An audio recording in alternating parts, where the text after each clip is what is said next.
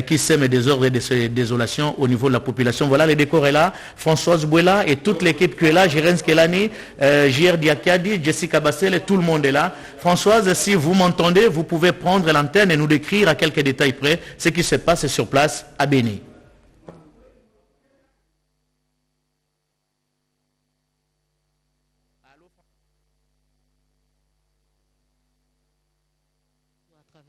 Pourquoi pas dans le monde.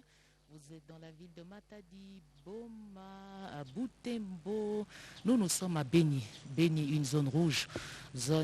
La retransmission en direct de toutes les activités que va déployer le président de la République dans ce périple, autant au niveau de la province du Nord Kivu qu'au niveau de la province de l'Ituri. Nous sommes ici, comme vous le remarquez au travers de ces belles images qui vous arrivent, très chers téléspectateurs, nous sommes bel et bien à Béni, et une ville qui fonctionne normalement, outre les atrocités qui se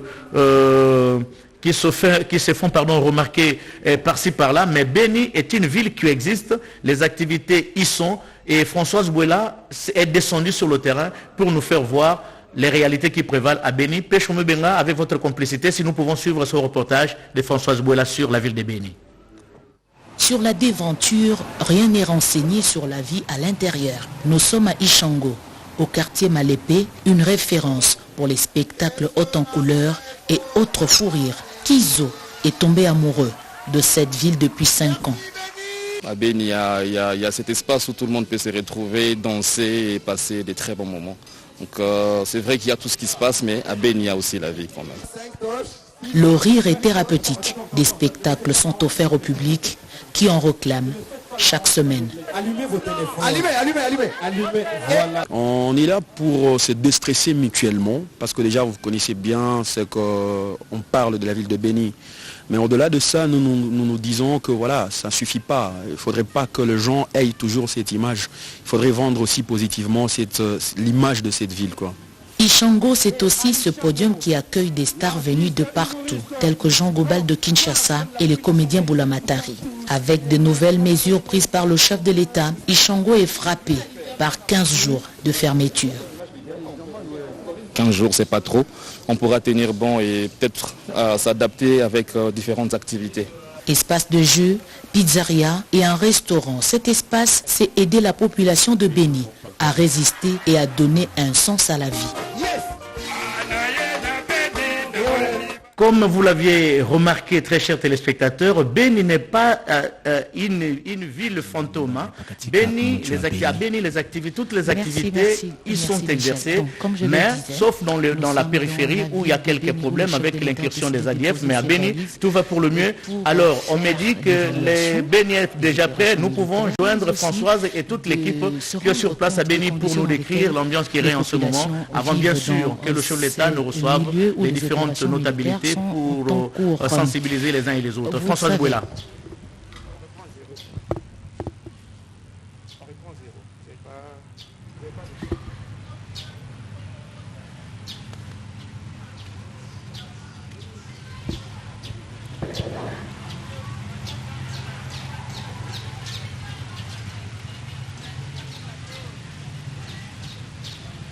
Allô Françoise?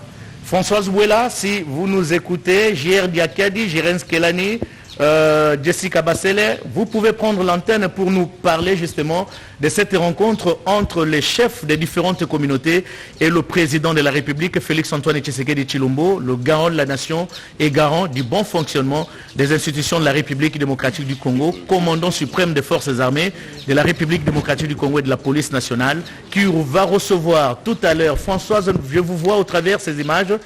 Si vous pouvez nous décrire l'ambiance qui règne en ce moment avant que le chef n'arrive sur place. Blaise.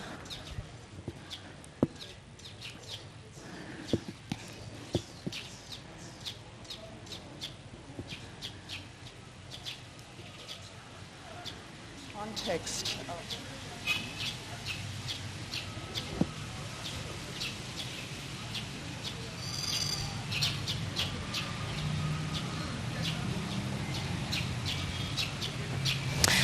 Blaise Bokokia, je crois que tout est revenu en ordre avec des petits soucis techniques, mais nous sommes en mesure d'assurer ce direct depuis la ville de Béni. Je le disais à l'instant, le chef de l'État séjourne dans cette ville depuis jeudi. Félix Antoine Tshisekedi, depuis mardi exactement, merci. Depuis mardi, le chef de l'État est ici. Nous sommes jeudi 17 juin. Nous émettons en direct. Vous nous suivez un peu partout dans le monde, dans toutes les villes de la République démocratique du Congo, ce qui était impensable il y a quelques années. Et c'est finalement réalisé. C'est possible. La RTNC a déployé ses équipements pour assurer ce direct. Le chef de l'État, par respect des mesures barrières, vous savez, la troisième vague continue à faire des victimes en République démocratique du Congo de la Covid. Le chef de l'État a pris quelques mesures de renforcement du contrôle. Parmi ces mesures, le rassemblement sont interdits. Donc Félix Antoine Tshisekedi ne pouvait pas faire un bain de foule, rencontrer la population qui s'était amassée au rond-point Nyamwisi pour entendre son message. Il a par contre tenu à organiser cet échange groupé avec différents groupes d'intérêt pour représenter la population de Béni dans son ensemble. Donc nous sommes en direct partout où vous nous suivez. J'ai mon masque, je serai obligée de l'enlever pour une bonne... Voilà, c'est bon. Merci Jessie. Je le disais, nous allons assurer ce direct en compagnie de deux confrères venus de la RTNC Goma. Nous avons Laurent Nyangue avec qui nous allons conduire ce direct en français. Bienvenue Laurent. Merci Françoise Bouila. Bonjour à tous les téléspectateurs de la radio-télévision nationale congolaise en direct de Béni. Béni, une ville bénie. Et nous sommes ici, comme vous l'avez dit, avec le chef de l'État qui est venu compatir avec toute la population de ce coin, de la République démocratique du Congo. Merci Laurent. Nous avons aussi Michel Motabesha qui va assurer la retransmission en Swahili. Michel Abari. Amjambo mama Françoise Bouela, kama vile mweza kueleza rais wa taifa Felix Antoine Tshisekedi Tshilombo ambaye amekuwa katika mji wa Beni na ni tangu siku ya pili aliweza kuwasili hapa Beni, na hii leo ataendesha mazungumzo na vikundi mbalimbali vya wakazi katika mji wa Beni. Ni kwamba punde hivi tu masaa machache rais ataweza kuendesha mazungumzo, kusikiliza ni nini waraia wa Beni wanaeleza, hususan mengi kuhusu ziara yake katika mji wa Beni. Merci Michel. Et pour enrichir ce plateau spécial organisé depuis la ville de Béni, vous avez certainement vu les images qui ont fait le tour du monde. Les élèves de Béni ont séché les cours pendant presque 2 mois pour demander l'arrivée du président de la République. Nous avons sur ce plateau leur président. Il s'appelle Nixon Mwindo. Nixon, bonjour. Bonjour maman Françoise. C'est bien vous qu'on avait vu sur les images. Oui, c'est bien les petits qui étaient vus sur les images, c'est Mwindo Nixon. Nous étions en train de réclamer l'arrivée du chef de l'État et voilà, il est là. C'est pour cela que les élèves depuis avant-hier se sont bien mobilisés pour venir accueillir chaleureusement le chef de l'État.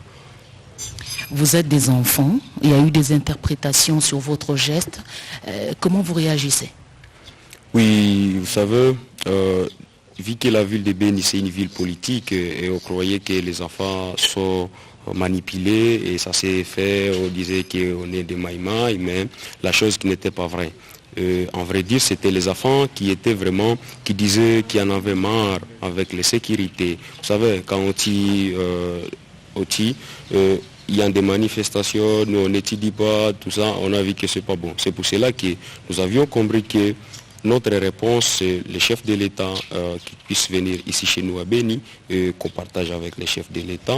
Et espérons que c'est un papa, il va comprendre les soucis de ses enfants. Donc le président de la République est arrivé à Béni, c'est entre autres grâce à votre démarche. Vous vous sentez victorieux? Oui, vous savez, tous les enfants de Béni et élèves de Béni sont tellement joyeux, vu que le chef de l'État, il a répondu, comme il l'avait promis en étant en France, il avait dit, cher enfant, rentrez à la maison, je viendrai, et il est là, donc il a répondu. Et Ce message ne vous avait pas découragé? Vous vous êtes pas senti abandonné? oui, vous savez, il est notre président, et il est aussi président de l'Union africaine. Nous avions compris qu'il a plusieurs tâches à accomplir dans l'Afrique et dans la nation. Nous avons écouté, nous avons rentré, malgré il y a eu certains incidents que nous avions pu enregistrer. Nous n'avons pas été déçus et c'est pour cela qu'on est là. Si on devrait être déçus, on ne devrait pas venir l'accueillir chaleureusement. L'idée est venue de qui? De sécher les cours? Vraiment, l'idée était motivée de la situation de chez nous. Vous savez, l'enfant de Béni, on croyait qu'on est abandonné par la nation. Ça nous a dit non, réfléchissons et veillons faire appel au chef de l'État, vu que ce n'est pas papa. C'est pour cela que l'idée était bien motivée. Et vous aviez vu, il y avait des enfants même de 7 ans. L'enfant qui vous dit, moi, je quitterai ici jusqu'à ce que le président de la République arrive à Béni. Donc, l'enfant lui-même, d'abord, il était motivé que la présence du chef de l'État va changer quand même quelque chose. Pourquoi vous n'avez pas fait ça avant? Parce qu'il y a plus de 20 ans, même avant votre naissance, que les gens continuaient à être tués. Pourquoi vous avez choisi ce moment-là? Vous voyez, cette question, c'est une question à poser peut-être aux gens qui sont à l'université. Parce que nous étions encore des petits, nous n'avions pas de telles idées. Mais quand on a eu la chance d'avoir l'âge de réfléchir sur ça, et nous avons vu que c'est mieux de passer à cette action. C'était après que nous puissions voir la situation de chez nous. D'accord, Nixon, on nous annonce que le chef de l'État va bientôt rejoindre ses invités. Mais rapidement, je présente Madame Rose Kambo, coordonnatrice de la dynamique des femmes pour la bonne gouvernance. Bonjour Madame. Bonjour Madame la journaliste. Pourquoi vous êtes là aujourd'hui? Nous sommes ici parce que le 15 mai et le 17 mai, nous avions rencontré le chef de l'État à Kinshasa lors des plaidoyers en faveur de la paix ici à Béni et à Ituri. Et nous lui avons à l'occasion transmis les besoins de la population de le voir ici à Béni, tout comme à Ituri. Maintenant, il est là, comme qui dirait à Lingala, Papa Aye Nzalesili. Papa Aye Nzalesili, qu'est-ce que vous attendez du chef de l'État? Nous attendons de lui la paix. C'est l'Inzala dont je parlais. Nous avons cet espoir que sa présence, c'est vraiment une réponse historique qui va souder la collaboration entre lui et les services de sécurité avec la population représentée par tous les leaders qui sont réunis ici. Et nous savons que la paix va revenir.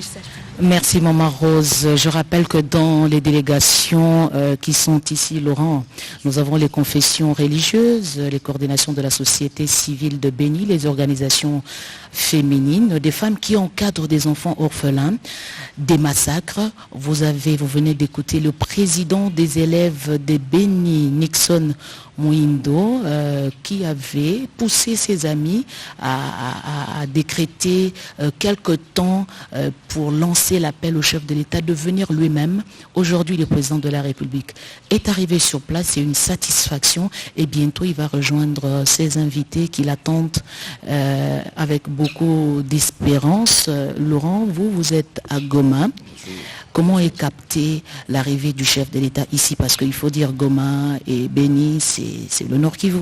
Tout à fait, Françoise Bouela, comme vous venez de l'annoncer d'ailleurs, c'est avec une réjouissance totale que toute la population du Nord Kivu, en commençant par celle de Goma, en passant par différentes villes du Nord Kivu, tout le monde c'est dans une réjouissance totale que cet accueil a été réservé aux premiers citoyens de la République démocratique du Congo. C'est dans ce sens-là que la mobilisation était au maximum. Partout, les différentes organisations de la couche sociale étaient là pour réserver, jusqu'à présent, en train de réserver un accueil digne au chef de l'État.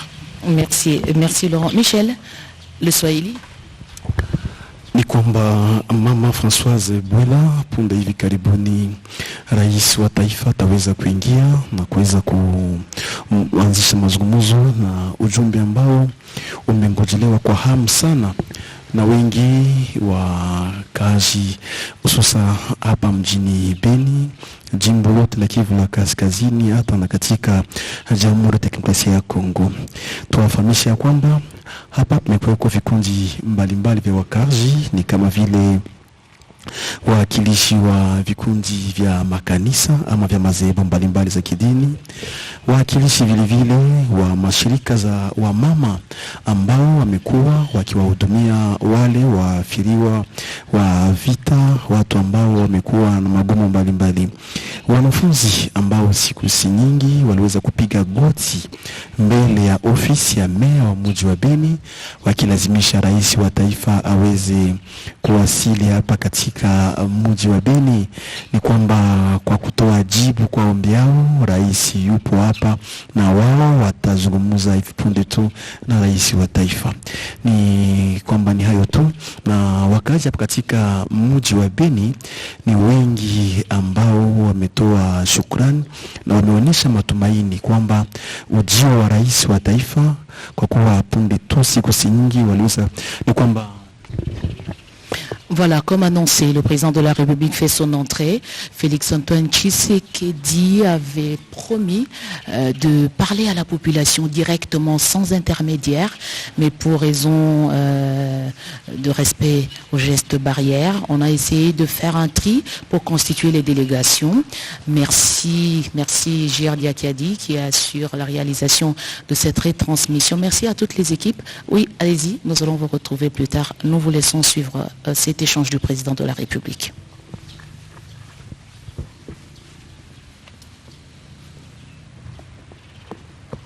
Voilà.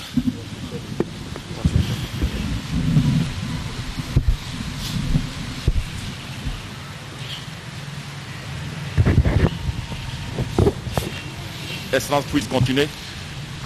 Je vous en prie. À vous autres. Monsieur le Président de la République démocratique du Congo, chef de l'État, commandant suprême des forces armées de la République démocratique du Congo et de la police nationale congolaise. Excellence, devant vous, un échantillon de votre population du territoire de Beni. Regroupés en 7 groupes, les chefs coutumiers, la jeunesse, les étudiants, la société civile, les mamans, genre, famille, leaders religieux et la FEC. Pour gagner le temps, Excellence, le président de la société civile va prendre la parole au nom de toute la société civile. Et au deuxième lieu, la Fédération des entreprises du Congo, FEC en SIG, va prendre aussi la parole. Et la jeunesse, à travers le leader de jeunes, le président de la jeunesse plutôt, et les élèves qui avaient dernièrement ici manifesté à Beni vont aussi prendre la parole. Excellence, plus à vos ordres. Merci, monsieur le gouverneur.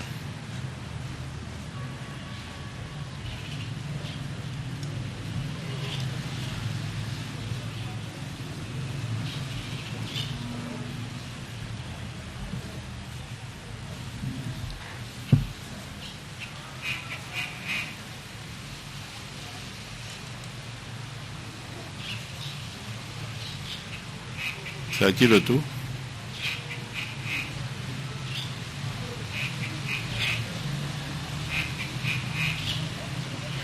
Excellence, Monsieur le Président de la République, chef de l'État, la société civile salue votre visite à Beni.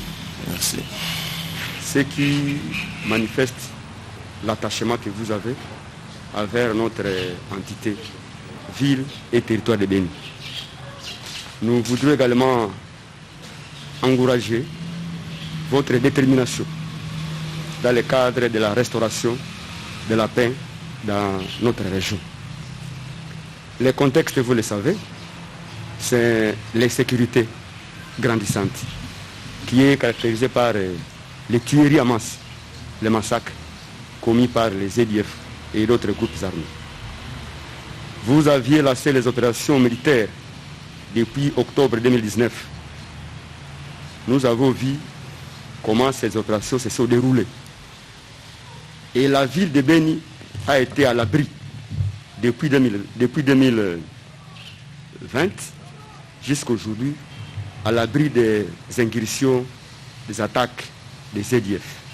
En tout cas, on vous remercie pour cela. Néanmoins, les territoires de Béni, c'est là où la situation s'était empirée jusqu'aujourd'hui. De l'ouest à l'est, du nord au sud, dans les territoires de Béni. Et la route Béni-Kassindi a été une route de la mort, où les opérateurs économiques, les usagers de la route sont toujours victimes des embuscades, des attaques et de toutes les atrocités commises par ces malfrats. Excellence, Monsieur le Président, la société civile voudrait que dans le cadre de l'état de siège, il fallait appuyer les opérations militaires et surtout les autorités militaires nouvellement installées et les militaires au front pour que ces derniers soient à la hauteur de leur mission. Nous sommes en contact régulier avec les militaires au front. Comme la société civile collabore, elle est partenaire de l'État. Nous accompagnons l'État dans ses missions. Les militaires nous expliquent des difficultés liées à la logistique. On n'a pas de drones, on n'a pas des hélicos de guerre. C'est pour cela que nous voudrions solliciter de votre personne cet appui conséquent pour que vraiment la guerre finisse. Vous avez mis des moyens et vous continuez à mettre des moyens.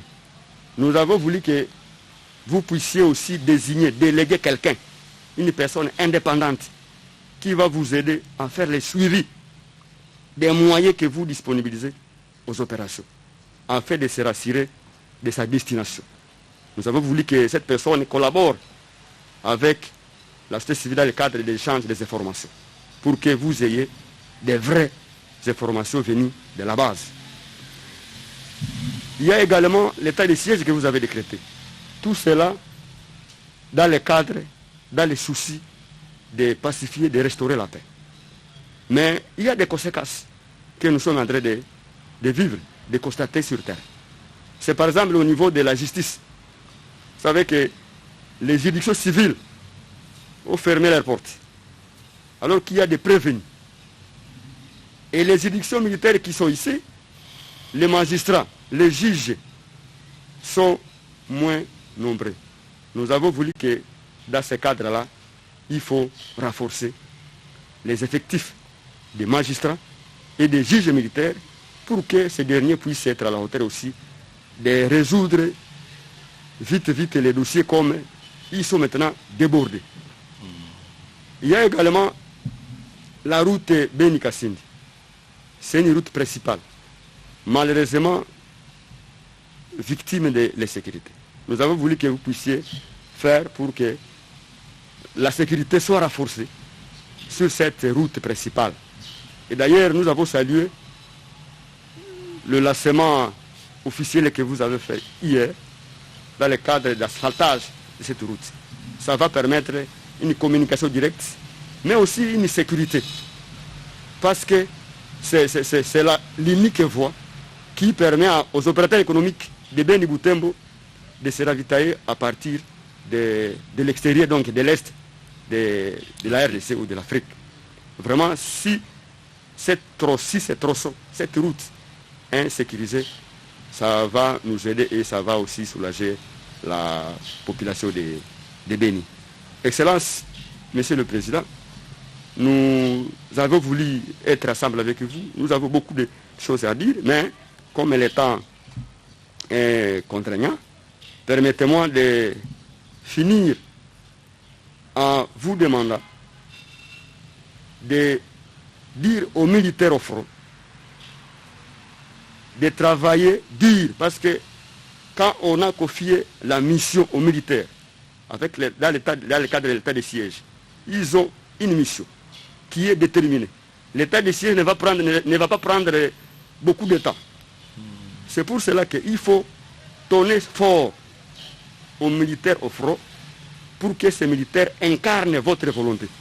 Vous avez la volonté.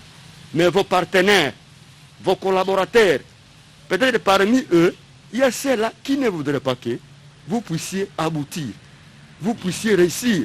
C'est pourquoi vous devez être derrière ces officiers, ces militaires au front et les politiciens afin que votre mission vraiment atteigne son objectif. Voilà, bref, Excellence, Monsieur le Président, la demande de la société civile, tout en vous remerciant. Nous pensons que ça ne sera pas la dernière fois d'être avec nous ou de nous communiquer, mais la société civile, comme elle est partenaire, elle travaille difficilement. Nous avons accompagné les opérations militaires et nous avons perdu nos collègues parce qu'ils ont dénoncé, parce qu'ils ont été pisteurs aux côtés des FARDC, mais ils ont été victimes soit d'enlèvement, soit d'assassinat, soit d'arrestation.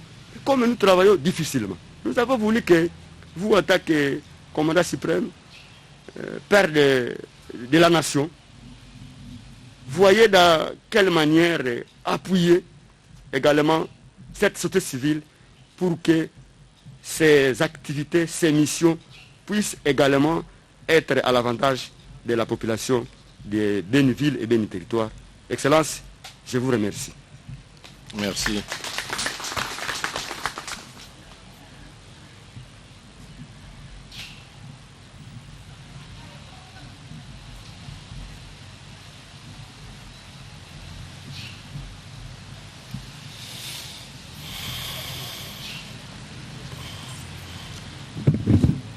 Excellence, Monsieur le Président et chef de l'État, votre présence à Goma, à Béni et bientôt à Nitouri est non seulement la preuve de votre attachement au contrat social signé avec le peuple, mais surtout le témoignage de votre qualité de beau père de famille qui n'abandonne jamais ses enfants et qui est prêt à tout sacrifier pour venir personnellement réconforter sa population en détresse. Excellence, veuillez trouver ici l'expression de notre profonde gratitude. Nous allons seulement vous dire le point puisque nous avons déjà les mémos entre votre mains. Ici, nous avons surtout besoin des plans sécuritaires si ça peut nous aider, surtout pour nous les opérateurs économiques, pour que nous puissions bien travailler. Nous avions besoin de l'infrastructure que hier vous avez déjà fait les premiers pas. La route, l'électricité et l'amélioration des climats des affaires entre nous. Nous avons besoin de sécurité aussi pour l'agriculture, sinon on ne sait pas aller au champ s'il n'y a pas moyen d'y aller puisqu'il y a les aides finales à l'intérieur. Sur les 5 points que j'ai énumérés ici, on a développé ça dans les mémos qu'on va vous montrer et nous vous disons merci de pouvoir venir pour nous. Nous terminons par là. Merci. Merci.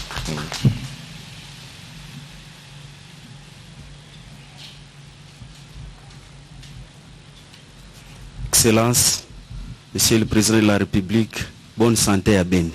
Merci. Nous sommes complètement ravis de joie pour votre présence à Ville de Béni, pour nous, d'amour avec nous, population de Béni.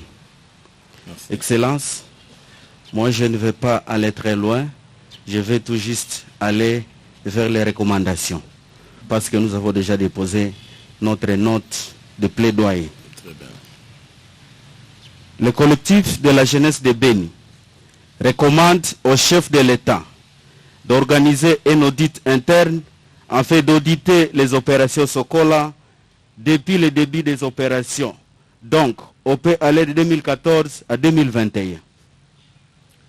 Le collectif de la jeunesse de Béni recommande au chef de l'État de demander à la force spéciale de la MONUSCO de traquer et de neutraliser les ADF conformément à la résolution 2555-56 du Conseil de sécurité des Nations Unies, voire chapitre 7.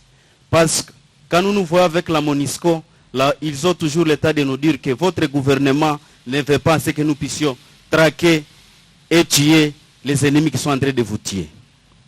Le collectif de la jeunesse de Beni recommande au chef de l'État d'accélérer le processus du programme national de démobilisation et réinsertion des groupes armés qui ont déjà manifesté leur volonté de quitter la brousse. Excellence, Monsieur le Président de la République, vous allez comprendre qu'il y a certains jeunes qui se retrouvent dans des cas ici, ils ont passé beaucoup d'états, incertains. Nous sommes en train de passer que peut-être ils vont retourner parce qu'ils n'ont pas d'encadrement quant à ce qui concerne. Le collectif de la jeunesse de Beni recommande au chef de l'État de donner les moyens à la jeunesse afin qu'elle puisse sensibiliser les jeunes à quitter les groupes armés et aussi sensibiliser sur l'état de siège. Excellence, Monsieur le Président de la République, partout quand nous sillonnons, les gens sont en train de dramatiser l'état de siège, y compris même de mystifier. C'est ainsi que nous passons, pourvu que nous puissions comprendre, il faut une sensibilisation, pourvu que nous puissions comprendre l'état de siège d'une façon générale et voir comment aider en ce que l'état de siège aboutisse à un niveau où nous pouvons avoir la paix. Pour le contrat de la construction de la route Kassindi-Goma, le collectif des associations de la jeunesse de Beni recommande au président de la République de s'impliquer personnellement pour que la jeunesse de Beni puisse trouver leur part à terme de travail, afin de réduire les taux de chômage des jeunes, mais aussi de rendre publiques les clauses du contrat de la construction de cette route. En ce qui concerne la grande logistique de l'armée, nous conseillons vivement au président de la République de s'impliquer personnellement et de faire le suivi régulier sur le terrain par ces hommes de confiance. Parce que nous avons toujours constaté, quand on a dit qu'on a donné des moyens à l'armée, vous allez voir des généraux quitter Kinshasa. Après avoir consommé ces moyens, ils retournent et nos militaires croupissent dans des conditions difficiles ici chez nous. C'est ainsi qu'il faut vous concentrer sur cette question. Pour la question du cacao de la région de Beni, nous recommandons au chef de l'État de travailler avec l'Ouganda pour la traçabilité de ces produits. Le collectif de la jeunesse de Beni recommande au chef de l'État de concrétiser sa promesse de campagne d'installer un état-major avancé à Beni. Excellence, Monsieur le Président de la République, vu que les opérations militaires dans la région de Beni ont déjà montré qu'il faut encore d'autres pistes de solutions, il est souhaitable que vous puissiez aussi y ajouter des approches non militaires pour nous aider à mettre fin aux tueries de Beni. Parce qu'à un moment, nous avons suivi même les responsables de la MONUSCO en RDC qui s'étaient prononcés en disant qu'il faut envisager aussi, si pas il faut échanger, ça veut dire qu'ils ont des éléments.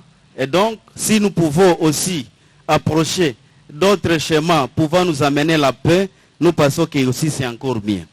Excellence, pour terminer, on nous dit souvent qu'on a déjà amené plus de 21 000 hommes ici chez nous.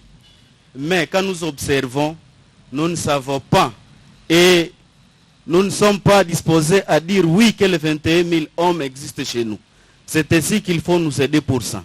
Parce que la fois passée, quand nous avons suivi que l'ennemi a attaqué le secteur de Rwenzori, la population de Rwenzori nous dit que les militaires qui étaient là-bas étaient comptés au bout des doigts. Excellence, veuillez nous aider pour cette question. Je vous remercie au nom du Conseil de la jeunesse Beni. Merci beaucoup.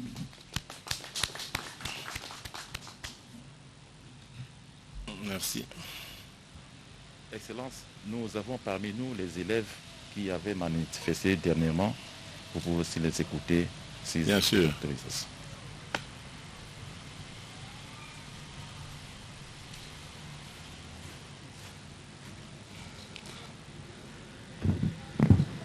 Son Excellence, Monsieur le Président de la République démocratique du Congo, à vos respects. Merci. Je suis Jason Katia Moewa, président du Parlement d'affaires de Beni et la coordination du Grand Nord Kivu, mais aussi l'élève que vous avez vu se faire emprisonner pour votre arrivée ici à Beni, accompagné de 78 autres enfants. La question qui nous concernerait la plus, c'est la question éducationnelle. Celle qui est cependant sabotée par la situation insécuritaire. La situation insécuritaire qui nous rend vulnérables, des premières victimes de la souffrance, puisque nous sommes des premiers dépendants de nos parents. Et si nos parents ne sont pas dans les bonnes conditions, nous aussi, nous tombons dans les mauvaises conditions. La vie de la population est dangereuse, ce qui pousse les enfants à tomber dans de mauvais schémas de la vie. La situation éducationnelle, quant à elle, elle est mal sécurisée, c'est-à-dire les enfants ne sont pas dans les bonnes conditions à l'école. Depuis 2014, on arrive à totaliser plus de 414 jours, sans pour autant avoir étudié.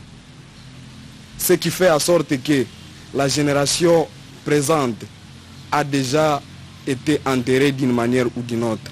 Et elle demande un soutien essentiel et un cas particulier pourvu qu'elle trouve la vérité et qu'elle trouve son droit qui lui est proprement reconnu. Excellence, Monsieur le Président, l'insécurité a poussé à beaucoup des enfants vivant dans la souffrance, sans pain, sans une nourriture, sans les moyens d'accéder à une vie normale, de se rallier aux groupes armés. Et dans ces groupes armés, ces enfants sont utilisés comme des boucliers. Les filles particulièrement, elles sont vulnérables à la violence, d'où elles sont utilisées comme des esclaves sexuels. Les garçons qui restent près des soldats sont aussi des soldats qui vont dans la guerre. Et pas seulement dans la guerre, ils servent de cuisiniers, mais aussi ce sont eux qui sont des espions dans la ville. Ces enfants, ils ne sont pas là par leur propre vouloir. Ils sont tombés dans cette erreur parce que la condition de vie les a poussés, les a menés à faire des actions impossibles. Cette façon de vivre sans parents, vivre comme un orphelin, délaissé par la communauté internationale, nationale, tant que locale. Cette façon de vivre sans pour autant avoir la capacité d'accéder à quelque chose, en voyant tous les autres enfants dans le bien-être, leur pousse à tomber dans des pièges de mercenaires, comme le ferait peut-être toute autre personne qui est conscient et qui voulait avoir la vengeance face à sa souffrance. La peine des enfants prend de multiples formes. Les adultes, c'est vrai, souffrent, mais pour les enfants, c'est le double. Puisque la guerre attire des violences. Et les violences sont ce qui victimise à grande partie les enfants. Les 16 formes de violence dont parle la communauté internationale sont visibles et tangibles ici dans la ville de Beni. Je ne sais pas quoi dire pour pouvoir vous signifier la souffrance des enfants d'ici, à Beni. Et la grande réponse à notre prière serait la venue de la paix. Comme c'est elle qui porte et comme c'est elle la maîtresse de tous les droits pour nous les enfants de Beni. En particulier, on vous prierait de bien pouvoir prendre à charge, prendre à priorité la situation de Beni avant toute autre situation, vu son état de fait et vu les souffrances qui se vivent dans cette région du jour au jour.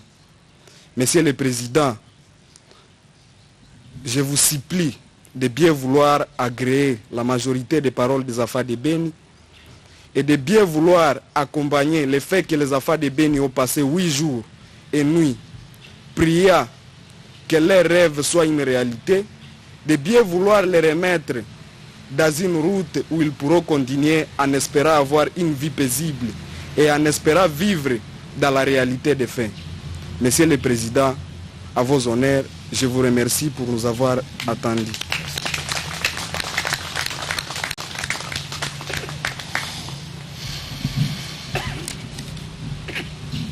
C'est bon?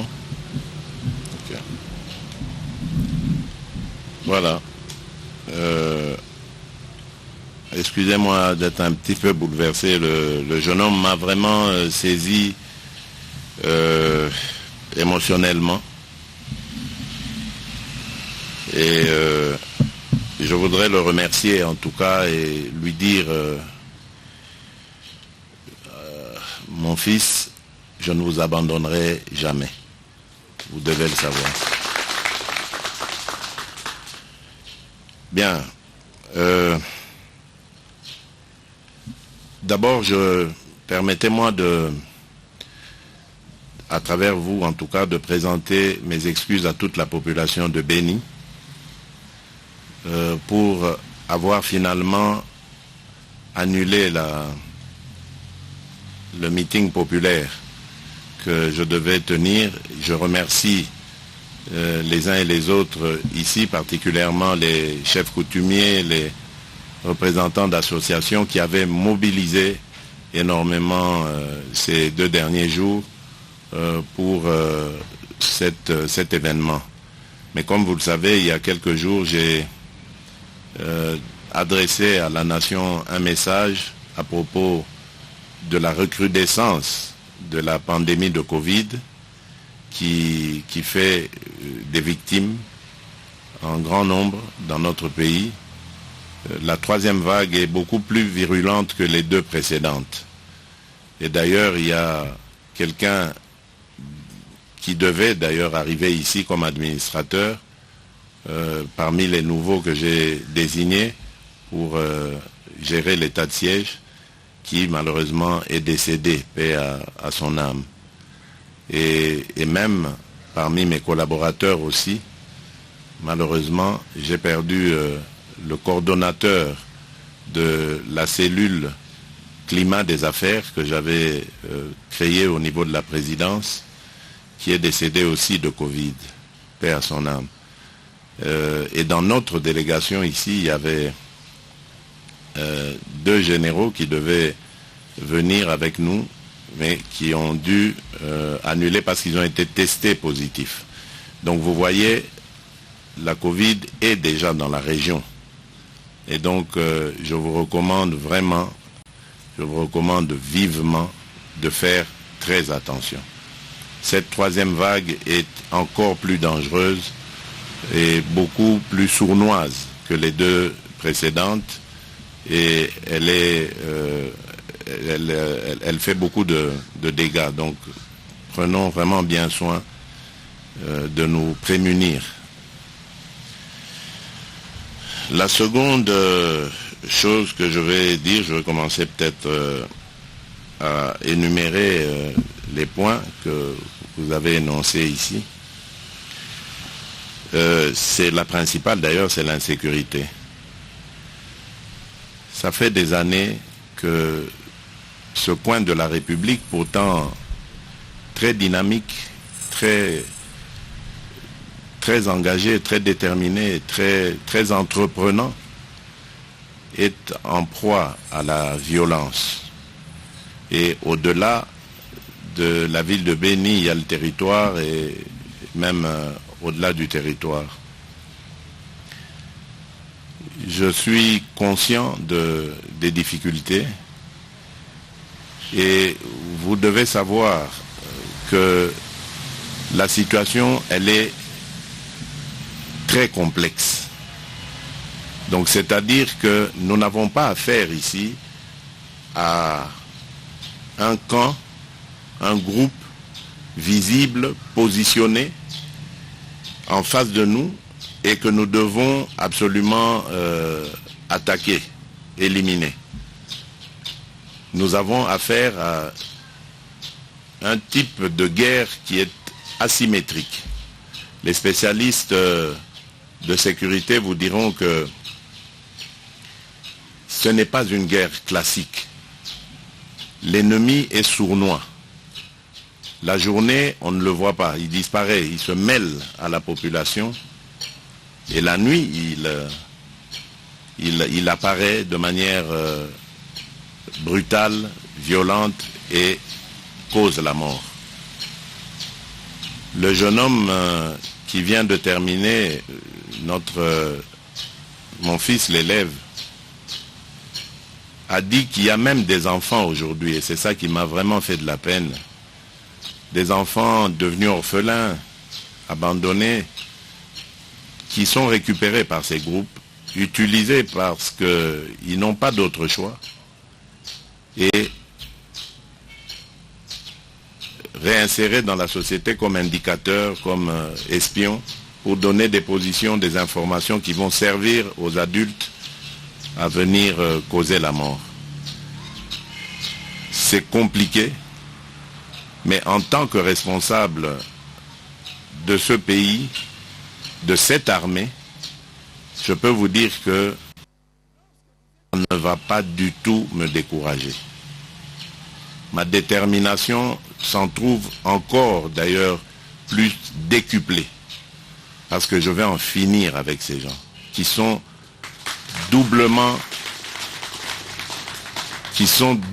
criminels, parce qu'ils ne se contentent pas seulement de donner la mort, mais en plus ils sont en train de détruire des générations entières de Congolaises et de Congolais qui doivent servir cette nation demain. Et ça, c'est inadmissible. Nous utiliserons tout ce qu'il faut comme moyen pour éradiquer ce cancer. Vous avez vu tout à l'heure, j'ai réuni les responsables militaires, les responsables de sécurité. Nous avons discuté. Évidemment, je ne vais pas vous faire le compte rendu de nos discussions parce qu'il y a eu beaucoup de stratégies et de tactiques. Je peux vous garantir que nos forces armées vont monter en puissance de plus en plus.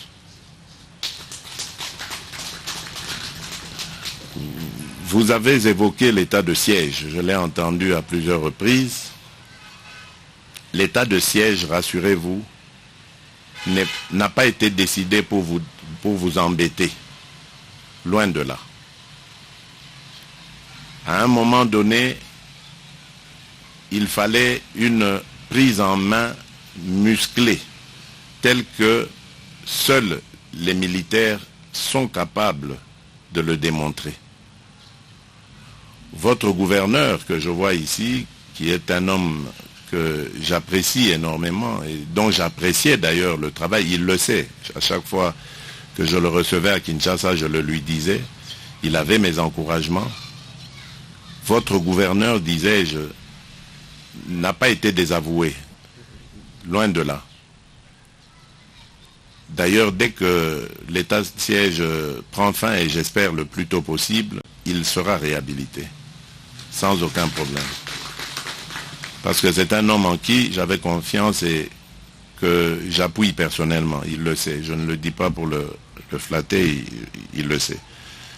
Mais il fallait que nous ayons un militaire. Vous savez qu'un gouverneur, c'est le représentant du président de la République.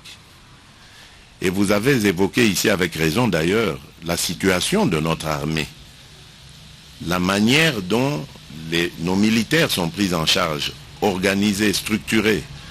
Quelqu'un a même donné des chiffres et j'ai apprécié. C'est vrai, il n'y a pas 21 000 hommes ici. C'est vrai, vous avez raison. Il n'y en a pas. Il n'y a pas 21 000 hommes. Donc tout ça,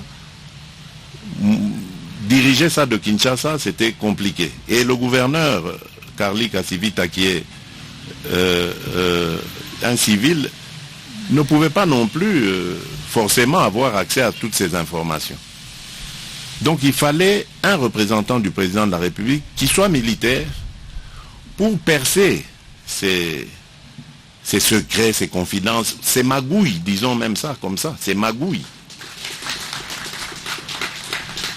Parce qu'il y a des gens qui trouvent plaisir à jouer avec la vie des autres pour leurs propres intérêts.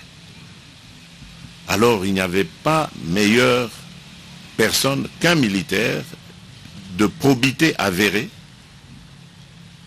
un homme à l'expérience qui n'est plus approuvé, pour justement m'aider à régler ce problème-là.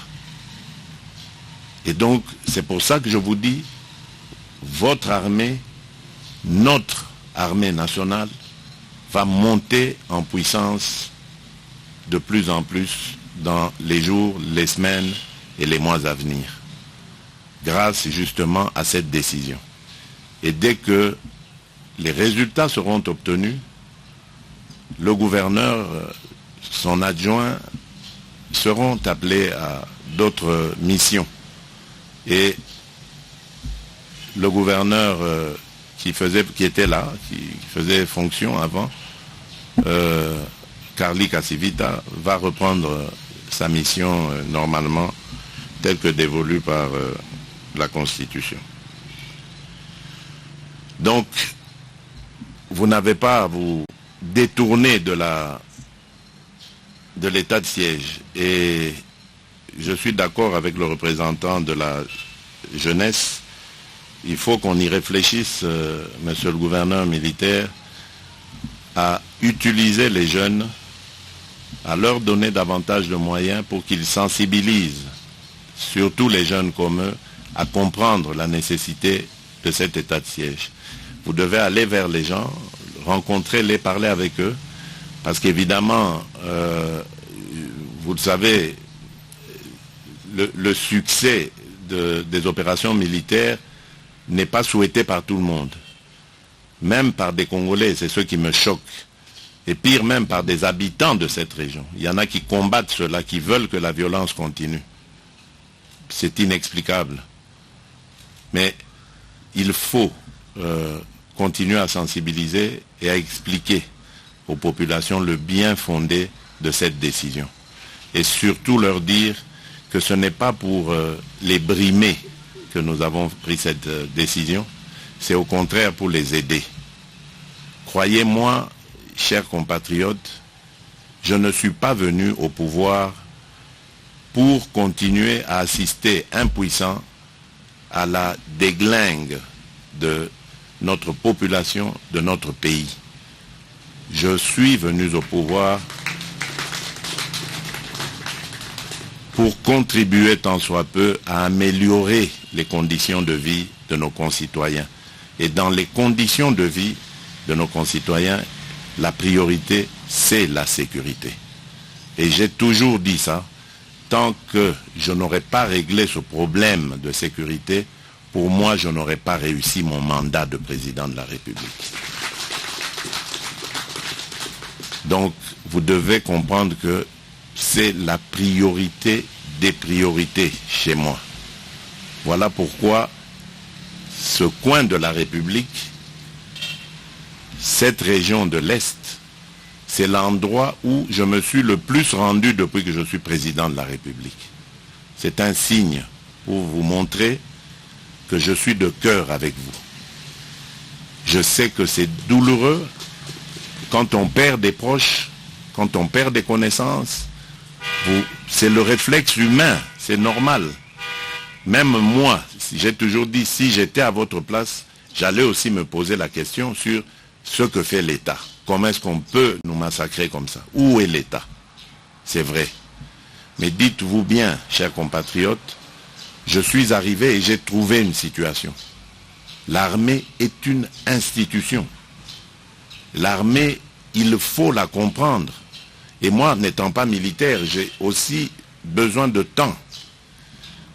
Ce temps, moi je trouve que je l'ai maintenant passé à comprendre ce qui se passe réellement.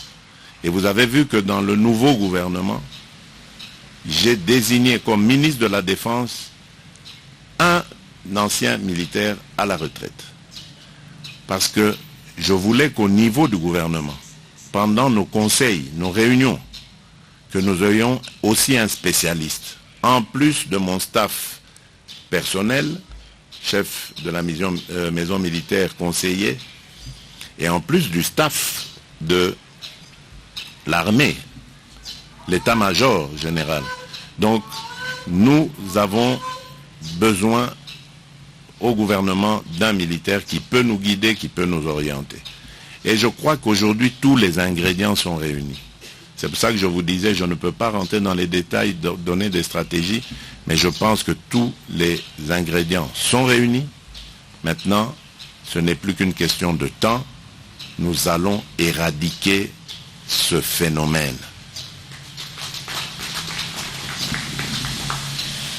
Vous avez fait allusion à ma rencontre hier avec mon homologue ougandais.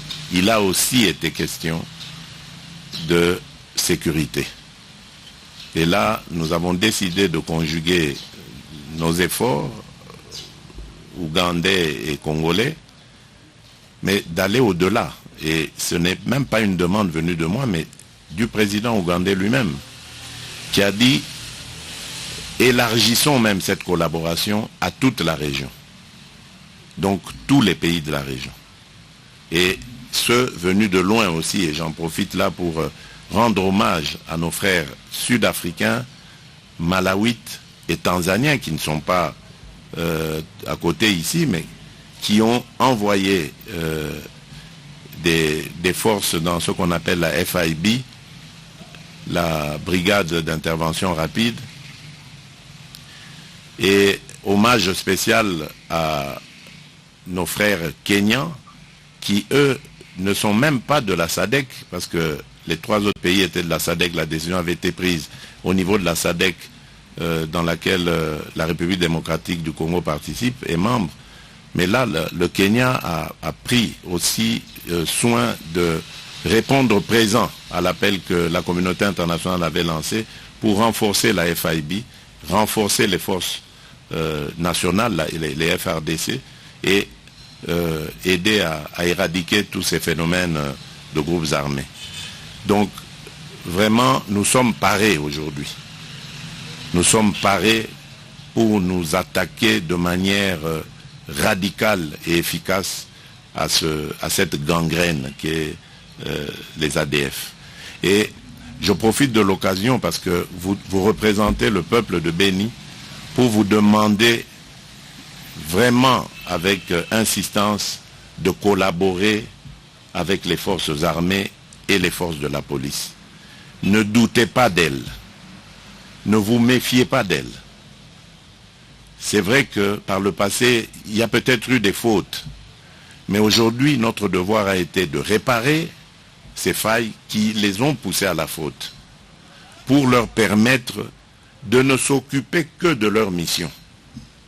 C'est parce qu'on les abandonne, quelqu'un l'a dit ici avec raison d'ailleurs. C'est parce qu'on les abandonne, on les néglige. Et ce sont des êtres humains.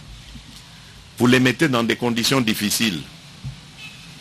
Mais ventre affamé n'a point d'oreille, dit-on. Comment voulez-vous leur exiger le maximum de rendement? Ce n'est pas possible. Donc nous veillerons à cela, et c'est pour ça encore, je parlais d'état de siège, de la désignation d'un militaire à la tête de la province, c'est pour ça.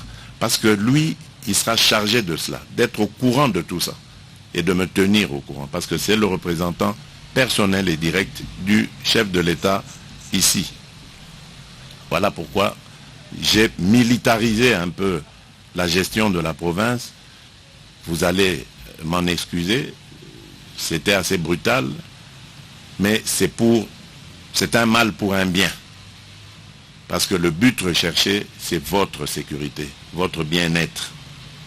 Et croyez-moi, je suis votre premier partenaire pour ça. Croyez-le.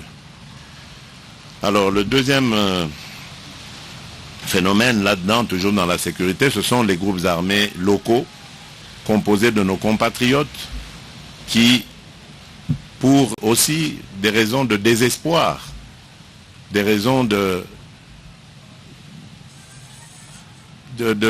manque de visibilité, manque de débouchés, pensent que les groupes armés, c'est la solution. Ce n'est pas la solution. Parce que finalement, dans les groupes armés aussi, on n'a pas de débouché autre que celui de faire du tort, de prendre des biens, des biens qui ne vous appartiennent pas, de faire d'user de son pouvoir que l'on détient au bout du fusil pour se faire le droit sur les autres semblables, les autres individus. Ce n'est pas une solution. Et voilà pourquoi je peux vous garantir que le processus DDR sera mis en marche très bientôt. Normalement cette semaine, malheureusement je ne suis pas à Kinshasa, mais il était question que les animateurs soient désignés. Et la bonne nouvelle ici, c'est que nous avons déjà pour commencer pour commencer, nous disposons déjà d'un montant de 50 millions de dollars, œuvre de la Banque mondiale, pour mettre en place une politique convenable. Et plus cette politique va marcher, plus nous aurons encore des moyens, parce que les promesses sont là, les engagements aussi, pour notre politique. Alors, le désarmement, la démobilisation, la réinsertion communautaire pour la stabilité des DRCS consistera justement à faire un suivi complet. À partir du moment où le rendu se signale, jusqu'au moment où on va le réinsérer dans la société. Je sais qu'il va y avoir peut-être des problèmes. Il y a des gens qui vont reconnaître leurs anciens bourreaux, des victimes qui vont reconnaître leurs anciens bourreaux, sûrement. Mais faites confiance à l'État. Nous serons là pour voir si nous n'allons pas, et je crois d'ailleurs que c'est ce que nous ferons, instituer une justice transitionnelle pour permettre justement de réparer ces blessures et de favoriser une réinsertion.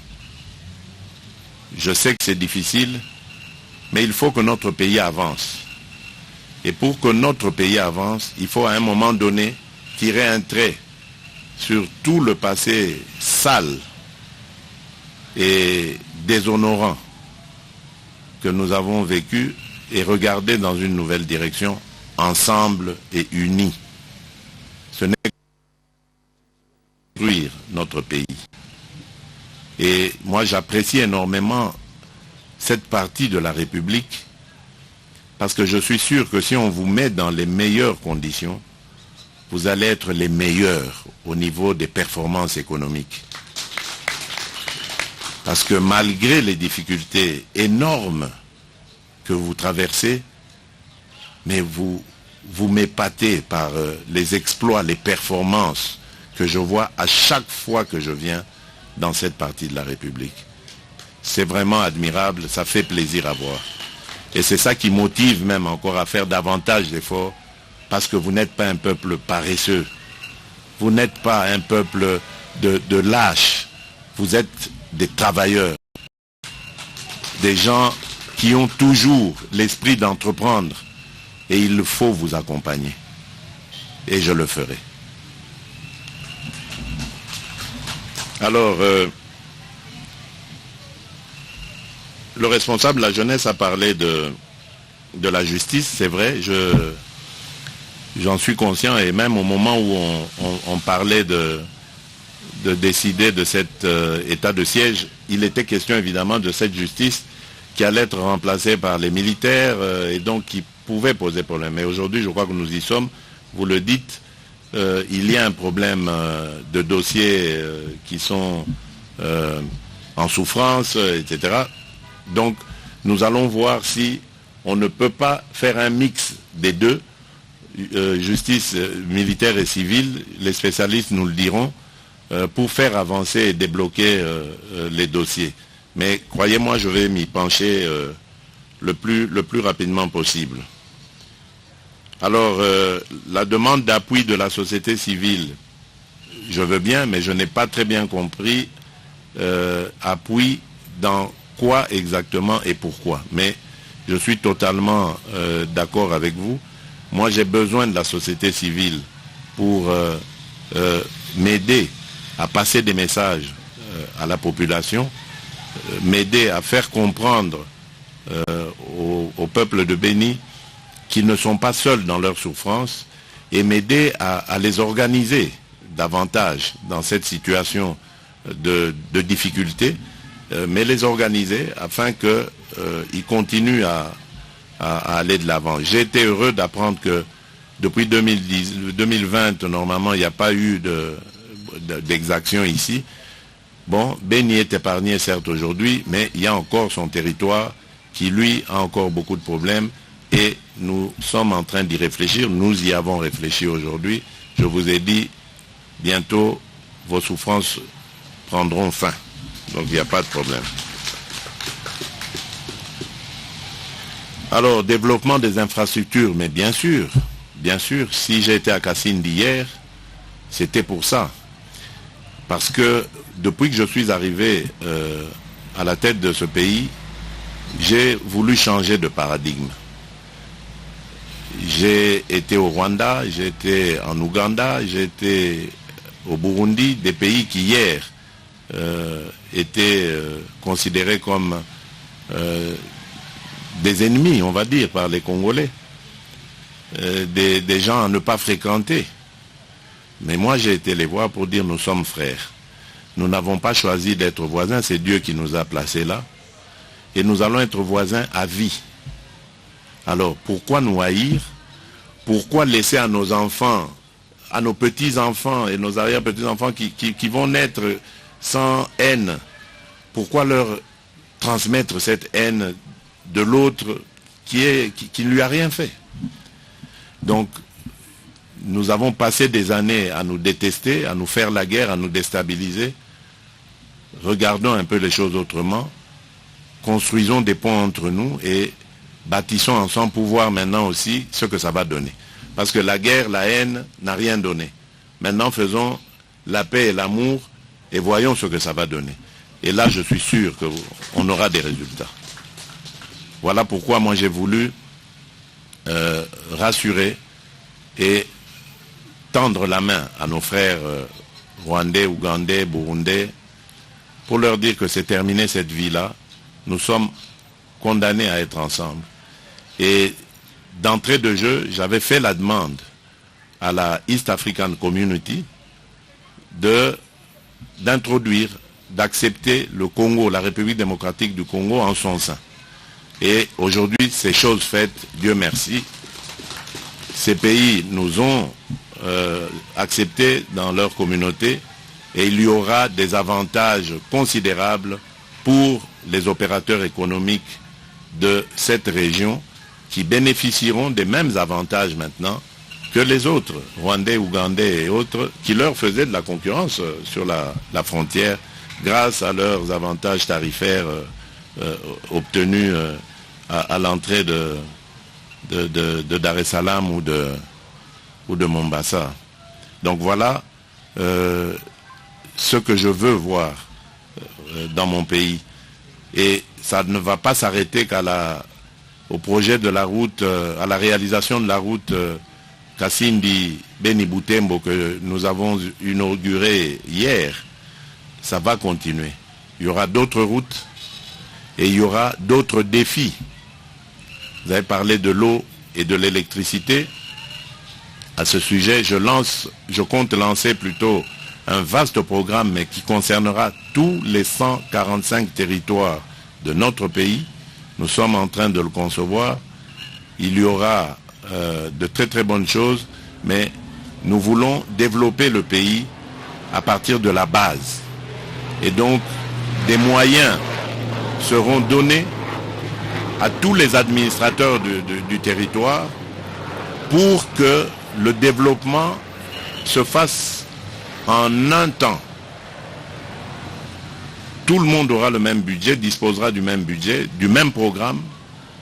Le but étant évidemment d'améliorer le social, mais surtout de réussir l'intégration de la République.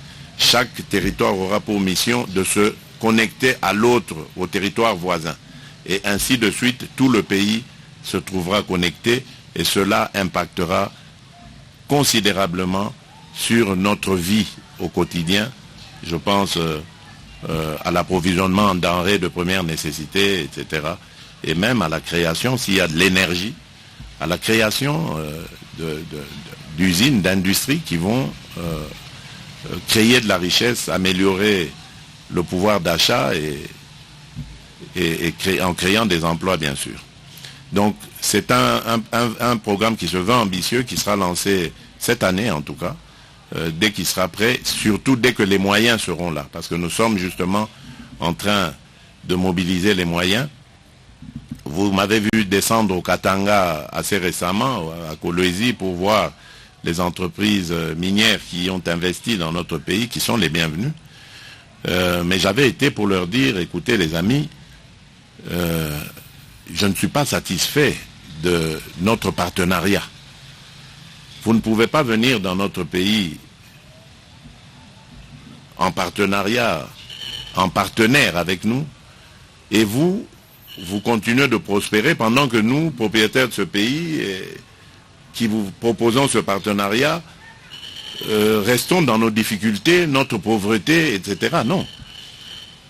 Dans d'autres pays ailleurs, en Libye par exemple, au Qatar, ils ont rien qu'avec un seul produit. La Libye c'est avec le pétrole, le Qatar c'est avec le gaz.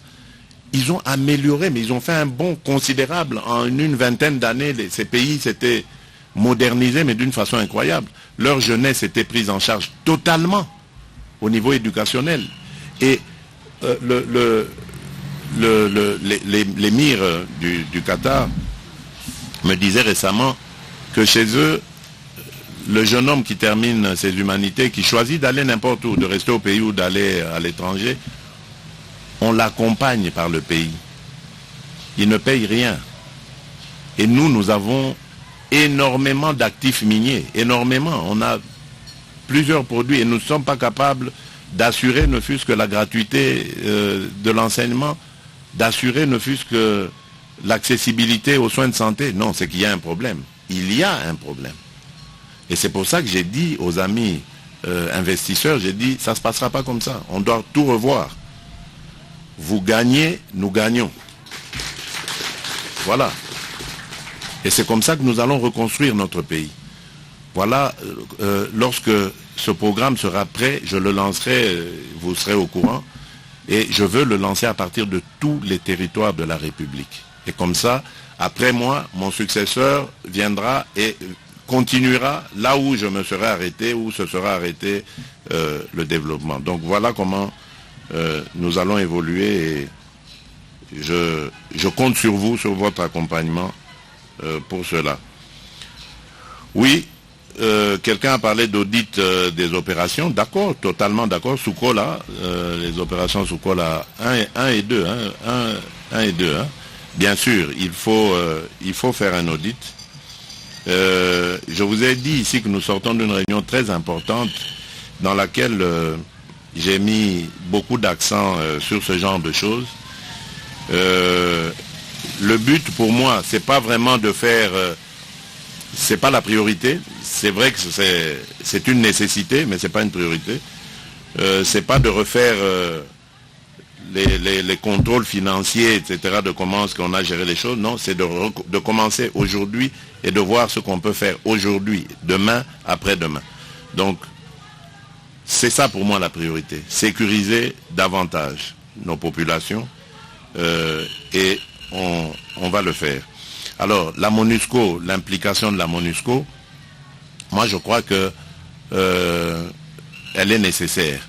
Et je regrette d'ailleurs qu'il y ait eu à plusieurs reprises ces incompréhensions entre la MONUSCO et la population, surtout ici à Béni. Et je vous demande vraiment, s'il vous plaît, de ne pas vous en prendre à eux. Je comprends votre détresse. Je sais, je vous ai dit que à votre place, je réagirais peut-être de la même manière. La détresse, quand on l'a, on en veut à tout le monde. On a l'impression que même les arbres ne font rien. Alors, donc je comprends. Mais vous devez vous dire que cette force de la MONUSCO n'est pas venue pour nous faire du tort. Il y a peut-être des gens qui se sont mal comportés en son sein, c'est possible. Il faut les dénoncer, il ne faut jamais les protéger. Mais en général, je ne crois pas qu'ils sont là pour nous faire du tort. Il y a peut-être eu des incompréhensions au niveau des autorités. C'est peut-être ça, c'est à nous la responsabilité. Nous n'avons peut-être pas bien soigné ces relations. Et c'est à ça que je m'attelle tous les jours. Chaque fois que je les vois, les responsables de la MONUSCO, c'est pour leur dire comment est-ce que nous allons travailler ensemble pour l'intérêt de nos populations. Parce que c'est ça leur mission. C'est de nous aider à stabiliser le pays.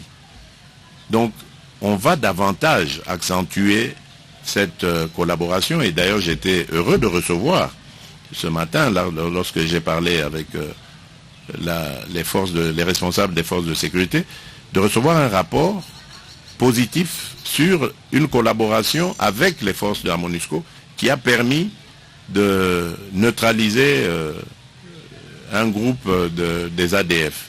Donc vous voyez que la collaboration est possible avec la MONUSCO et nous allons davantage l'accentuer parce que c'est pour ça qu'ils sont là. Alors le DDR, je l'ai dit, nous allons très bientôt désigner les animateurs, donc vous serez au courant et vous pourrez ainsi approcher ces personnes. Je vous le recommande en tout cas, il faut les voir, il faut les aider, mais également faire le travail contraire, c'est-à-dire voir nos frères et sœurs, s'il y en a, qui sont partis, qui ont gagné les groupes armés, les voir, leur parler et leur demander de quitter ces activités. Le Congo a besoin de sa jeunesse. Et dites-vous bien, même si vous avez raté votre parcours scolaire, ce n'est pas grave. Vous n'êtes pas à jeter dans la poubelle. Vous valez quelque chose. Vos mains valent quelque chose. Vos jambes valent quelque chose. Votre cerveau vaut quelque chose. Tout le monde n'est pas appelé à terminer forcément ses études, à faire de brillantes études. On a besoin des plombiers, on a besoin des électriciens, on a besoin des mécaniciens, on a besoin de cordonniers, on a besoin de cantonniers pour tenir nos routes, et on en aura des routes, que ce soit de desserte agricole ou de transport de circulation normale. Donc on a besoin de tout le monde. Ce dont nous n'avons pas besoin, ce sont des criminels qui ruinent notre économie ou qui tuent nos compatriotes. Ça, on n'en a pas besoin. Mais tout le reste qui va dans le sens de construire notre État, notre pays, nous en avons besoin. Ne vous découragez pas. Ceux qui ont été là-bas, sortez de là. Il y aura bientôt une politique pour vous réinsérer dans la société. Et l'agriculture, parce que je parlais des 145 territoires, l'agriculture aussi va être une des priorités. Mais l'agriculture demande énormément de travailleurs. Et nous en aurons besoin. Nous avons plus de 80 millions d'hectares de terres arables cultivables. Donc nous aurons besoin de jeunes gens forts pour qu'ils se lancent dans ces activités-là. Et demain, grâce aux moyens que nous générons, ils pourront obtenir des crédits et grandir dans leurs activités, créer de la richesse, créer leurs entreprises. Et c'est possible tout ça. Ce n'est pas imaginaire, c'est possible. Dans notre pays ici, le Congo, qui a tant souffert, c'est possible. Les gens pensent que nous sommes condamnés à demeurer pauvres, malheureux, dans l'insécurité. Non, c'est une question de volonté. Moi, j'ai cette volonté, j'ai cette foi, et je veux vous la communiquer. Ne soyez pas du tout découragés. La vie continue, nous devons nous accrocher à cette vie, surtout nous donner la main. Et ensemble, construire un meilleur avenir pour nous, pour nos enfants. Alors, oui, je vois aussi, je reviens un peu en arrière dans les échanges avec l'Ouganda. Quelqu'un a conseillé ici la traçabilité du cacao. Il a effectivement raison. Vous savez, le cacao, je parlais du pétrole pour la Libye, je parlais du gaz pour le Qatar, mais le cacao, est-ce que vous avez vu comment est-ce qu'il a transformé la Côte d'Ivoire? C'est le seul produit, la seule ressource, j'allais dire, la seule richesse que la Côte d'Ivoire a, la principale. Et vous avez vu les miracles que le cacao a fait en Côte d'Ivoire. Donc, c'est possible, c'est simplement un problème d'organisation. Le Congolais, au fil des années, a fini par douter de lui. Le Congolais a fini par ne plus croire dans son destin merveilleux. Et c'est ça que je veux redonner aux Congolais, la fierté d'être Congolais, la fierté d'appartenir à ce pays et de le développer. Nous sommes nombreux au Congo, des millions, donc bientôt on va commencer un recensement et nous saurons exactement combien de Congolais nous sommes, certains disent 80 millions, d'autres 100. Donc ça veut dire que nous sommes potentiellement riches, humainement j'entends, je ne parle même pas encore de nos ressources naturelles. Rien qu'en potentialité humaine, nous sommes riches. Combien de cerveaux? Et comment on peut expliquer cette souffrance? Ça veut dire qu'il y a eu quelque part une cassure. On ne croit plus. Les Congolais ne se soutiennent plus les uns les autres, ne s'aiment plus. J'ai dit, il faut redonner l'amour du Congo et des Congolais aux Congolais eux-mêmes. C'est pour ça que je me bats. Et nous allons y arriver. Donc, nous allons travailler pour ça. La traçabilité du cacao, vous devez absolument en faire une ressource principale qui va générer énormément de richesses et d'emplois. Nous y travaillerons. Si c'est par l'Ouganda qu'il faut le faire, nous le ferons parce que les relations sont appelées à devenir excellentes. Nous allons travailler ensemble parce que c'est par eux que nous devrions d'ici en tout cas évacuer ces produits vers d'autres cieux. Donc nous sommes obligés de nous donner la main et de travailler de concert. Alors pour finir, oui, je voulais d'abord demander aux responsables de la jeunesse qui me demandaient un autre schéma. Je n'avais pas très bien compris, je ne voulais pas vous interrompre. Mais j'avais dit que j'allais vous poser la question, répondez-moi, allez-y, oui.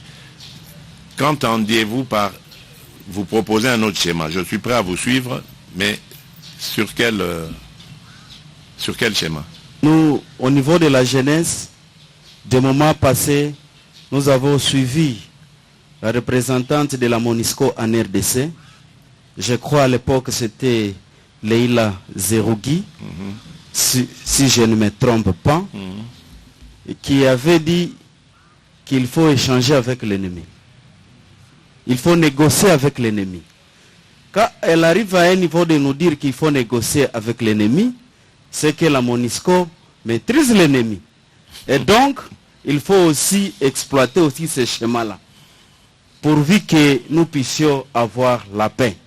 Parce qu'on dit souvent que la paix coûte cher. L'essentiel pour nous ici, c'est la paix. Par n'importe quelle voie, et que nous puissions avoir la paix. Donc, il ne faut pas aussi négliger ce schéma-là, aller vers la MONUSCO pour nous dire, pourvu que la MONUSCO puisse nous dire pourquoi elle avait envisagé aussi le schéma-là de chercher la paix dans ce sens, d'échanger avec l'ennemi. Bien sûr, maintenant je vous comprends mieux. Mais moi, je vais vous dire une chose. Est-ce que l'ennemi a demandé une négociation? Parce que c'est ça le problème. Quand on dit négocier avec l'ennemi, c'est parce que l'ennemi vous fait du tort pour une raison X ou Y. Mais est-ce qu'ici, l'ennemi a dit ce qu'il voulait? Je ne crois pas. Ah, peut-être. Mais je ne crois pas, je ne l'ai jamais entendu chez eux. Et donc je me dis, comment négocier avec quelqu'un qui vous tue? Non, il faut d'abord lui montrer que vous avez du répondant. Et si en le contrant, vous commencez aussi à lui faire du tort, ce sera à lui de demander maintenant de discuter. Alors peut-être là, on peut voir. Parce que nous n'avons rien fait à ces gens-là. Alors, au nom de quoi nous on va négocier? En plus des massacres qu'ils occasionnent dans nos rangs. Non. Je crois que nous devons d'abord leur montrer de quoi nous sommes capables et on verra. Alors, je voudrais terminer par mon ami. Viens, mon fils, viens. Toi qui avais parlé, je suis très fier de toi. Rappelle-moi ton nom. Katia Muhiwa. Comment? Jason. Oui. Jason, je suis très fier de toi. Merci. Tu as tenu des propos sans note. tu les as déroulés comme un enregistreur. Vraiment, tu es un garçon intelligent. Et je peux te promettre, mon fils, que je ne vous abandonnerai jamais. Vraiment, merci. Tu as failli vraiment me faire pleurer tout à l'heure parce que je n'ai jamais entendu cette version-là. Et aujourd'hui, j'ai même changé mes propos parce que j'allais vous dire, le discours que quand j'avais demandé à vous voir, j'allais dire, dites aux adultes qui vous manipulent, qu'ils arrêtent de vous manipuler, je compte sur vous, je veux vous protéger. Mais c'est pas ça. Donc j'oublie, j'enlève ce discours. Parce que je comprends que c'est votre souffrance en fait. Vous n'êtes pas manipulé, c'est votre souffrance, vous la vivez. Vous, les élèves. Et nous n'avons pas le droit de vous regarder comme ça sans rien faire. Donc dites à vos camarades, le président a entendu vos pleurs. Et je sais que la principale de vos revendications, c'est la sécurité. Je vous ai dit ce qu'on va faire pour la sécurité. L'autre, c'est les conditions, vous l'avez dit, d'études. Et malheureusement, il y en a parmi vos camarades qui ont perdu leurs parents. Je le sais. J'ai reçu récemment d'ailleurs une délégation de Beni et Butembo à Kinshasa qui m'avait parlé de ce côté macabre des enfants qui avaient perdu leurs parents et qui ne savaient plus aller à l'école. Il y en avait un qui parlait de son ami qui ne savait plus aller, qui n'avait plus de moyens pour aller à l'école. Donc ça j'ai compris et je crois que la réponse ce sera la gratuité de l'enseignement que nous sommes en train de mettre en place de manière déterminante. Ça marchera parce que nous avons aujourd'hui un ministre qui est vraiment impliqué là-dedans à matérialiser cela et je suis sûr que ça marchera. Donc tes camarades vont pouvoir aller à l'école. En tout cas, ils pourront y aller gratuitement parce que l'État doit les prendre en charge. Merci. L'autre problème que tu poses, c'est aussi celui de la qualité de l'enseignement.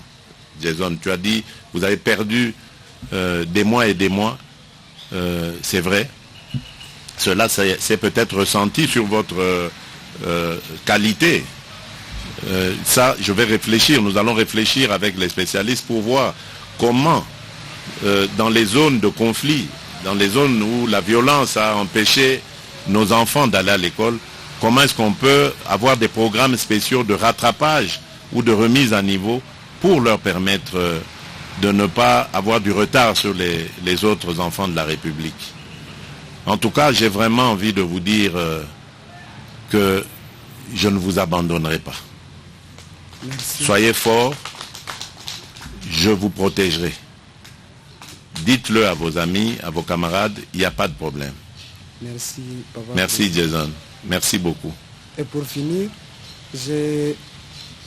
ça c'est juste un flash que je vais remettre à votre protocole. D'accord. Je vous prierai chaque soir avant de dormir de bien vouloir regarder ce qui est. C'est juste une version noble de la souffrance des enfants lorsqu'ils vous attendaient et leur discours à préparer comment ils devraient vous rencontrer. Puisque ça nous a coûté cher de bien vouloir veiller à ce que cette paix arrive, à tel point que certains parmi nous ont subi des blessures graves qui étaient poussées par peut-être les militaires de l'État et les gouverneurs. Il y a la sœur là-bas qui n'a plus les bras droits, qui n'a plus la possibilité peut-être d'écrire. Mais nous vous prierons à chaque fois que vous allez travailler sur cette question de sécurité, de bien vouloir ne pas laisser son bras se faire casser pour rien, de bien vouloir ne pas laisser nos 8 jours et nos 8 nuits ne pas se faire passer pour rien, de bien vouloir faire en sorte que les fouets que nous avons reçus, que la prison que nous avons subie, que l'injustice qui a été commise envers nous ne soit pas seulement là pour déplaire la population, mais que ça soit aussi votre motivation pourvu que la paix revienne chez nous. C'est le besoin primordial. la paix. Merci Jason. Merci Papa Président. Jason, merci beaucoup. Merci. Et je vais vraiment vous demander, au nom de ceux qui vous ont fait autant de mal, je vous demande pardon. Merci. Vraiment pardon du fond du cœur. Je ne sais pas si je n'étais même pas au courant de toute cette violence exercée sur des enfants. Mais je crois qu'il faut ouvrir une enquête et sanctionner ceux qui ont porté la main sur les enfants. Merci Papa Président. Et j'aimerais que vous dites aussi, que vous disiez aussi à mon protocole, que vous donniez plutôt les noms de tous les jeunes, comme votre camarade là-bas, qui ont eu des problèmes de santé, de blessures, pour voir comment est-ce que nous allons prendre ça en charge. Ça va, nous vous remercions sincèrement. Merci Jason. Que Merci. Dieu te bénisse. Merci mon fils. Voilà. Mesdames et messieurs, je pense avoir fait le tour de toute la question de mon séjour ici. Je tiens encore à vous remercier les uns et les autres et à présenter mes excuses pour ne pas avoir rencontré le grand peuple de Béni. Quelque part, ça me réjouit que cela n'ait pas eu lieu parce que ça me permet au moins de protéger les gens, parce que tout le monde n'a pas le réflexe de porter le masque et peut-être qu'il y aurait eu des gens qui allaient être contaminés par quoi que ce soit. Donc, encore une fois, merci pour votre attention. Je compte sur vous pour véhiculer ce message auprès de toutes celles et ceux qui ne sont pas ici avec nous, pour leur dire en tout cas que le président de la République que je suis ne sera un homme heureux et comblé que le jour où cette violence sauvage et inhumaine sera complètement éradiquée de notre pays. Et je vais me battre de toute mon énergie pour que cela n'ait plus lieu dans notre pays. Et ensemble, nous pourrons nous tourner vers le développement de celui-ci. Voilà. Merci beaucoup. Que Dieu vous bénisse et à très bientôt. Oui, vous vouliez dire peut-être pour terminer? Rapidement.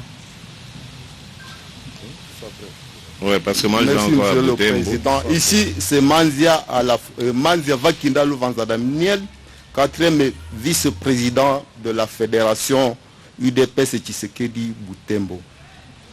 Donc, concernant la sécurité, j'ai une solution que j'aimerais qu'on fignole avec vous en un lieu presque à l'absence d'une tierce personne. Oui. Bon, je suis en train d'aller à Boutembo, suivez-moi, alors venez avec moi. Merci beaucoup. Ok, voilà. Merci. Nous vous prions de vous lever. Son Excellence, Monsieur le Président.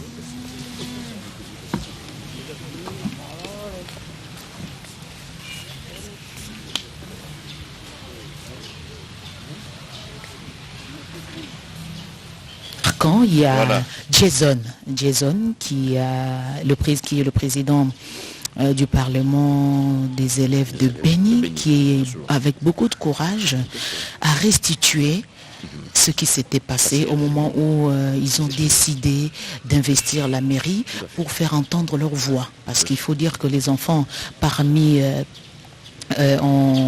sont parmi les délégations retenues ici pour finalement faire comprendre au chef de l'État ce qui s'était passé. Comme les images le témoignent, le chef de l'État s'est rapproché d'un des élèves, la fille beaucoup plus, qui s'est retrouvée avec un bras cassé. Donc ce sont comment on pourrait dire, certaines bavures des services publics, quand une déviation. Et le chef de l'État ne s'est pas voilé la face, il a dit devant tout le monde que les services de sécurité sont autant justiciables que tout autre Congolais, face aux excès, il faut sévir. Je crois que la justice va s'investir pour que les auteurs de ces actes condamnables vis-à-vis des enfants qui n'étaient pas armés, qui n'avaient que la bouche pour réclamer les meilleures conditions de sécurité. Donc le message de Jason a beaucoup ému le président de la République. Et il a fait même appel à Jason pour qu'il revienne devant le micro, s'expliquer carrément sur cette situation. Exactement. Donc c'est que les gens avaient entendu. Le chef de l'État l'a reconnu humblement que les emprisonnements, ce n'était pas une fabrication, c'est des faits avérés. Et humainement, c'est ça l'attitude